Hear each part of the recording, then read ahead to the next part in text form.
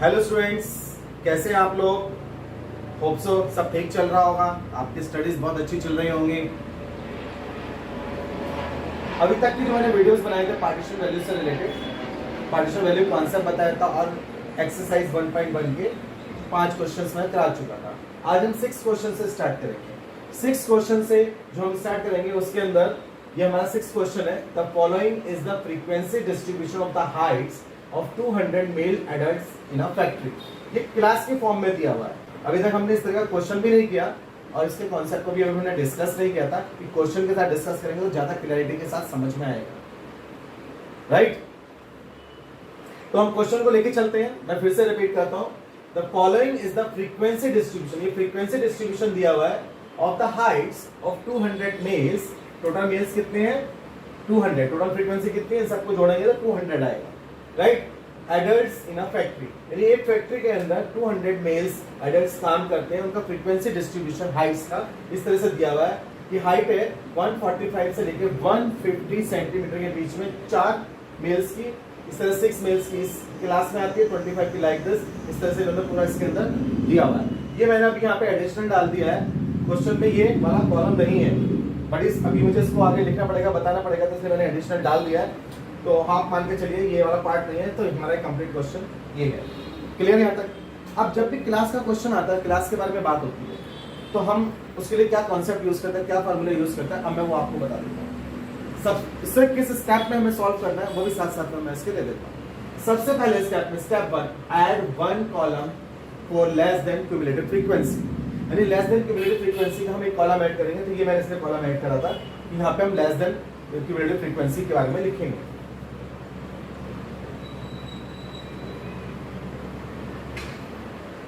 Less than cumulative frequency, right. मतलब यहां से हमारा सॉल्यूशन शुरू हो जाता है, साथ में हम कॉन्सेप्ट भी समझते जाएंगे, राइट। तो लेस देन क्यूमुलेटिव फ्रीक्वेंसी कैसे लिखते हैं, जैसे कि हमने पिछले वीडियो में भी किया था। ये value same as it is आएगी, देन इन दोनों का सम 10, देन इन दोनों का सम 35, देन इन दोनों का सम 92, फिर इन दोनों का सम 156, फिर इन दोनों का सम 186, फिर इन दोनों का सम 194, देन 200। तो हमारा ये 200 इस 200 से मैच कर रहा है, यानी कि हमारा सही बना है ये बिल्कुल। हम इसका टोटल करेंगे तो भी हमारा 200 ही आएगा। यानी टोटल फ्रीक्वेंसी कितनी, यानी एन का वैल्यू कितना हो गया? 200, राइट। यहां तक पिक्चर के लिए हुआ। तो हमने पहला स्टेप कंप्लीट कर लिया। पहला स्टेप क्या था? Add 1 column for less than cumulative frequency. ये हमारा पहला स्टेप कंप्लीट। सेकंड स्टेप में हम क्या करेंगे कि इसमें भी हम ऑब्जर्वेशन निकालेंगे और उसके कॉरेस्पॉन्डिंग जो हमारा क्वार्टाइल क्लास है वो फाइंड आउट करेंगे, राइट। तो उसके लिए हम इसका फार्मूला यूज करते हैं I/n/4 ऑब्जर्वेशन। क्लियर? फिर उसके बाद नेक्स्ट जब हमें ऑब्जर्वेशन मिल जाएगा, उसके कॉरेस्पॉन्डिंग क्लास मिल जाएगा, तो फिर हम ये वाला फॉर्मूला लगाएंगे। इससे हम एग्जैक्ट क्वार्टाइल वैल्यू निकालेंगे। Quartile value equals to L plus H/F in bracket I/n/4 minus cumulative frequency.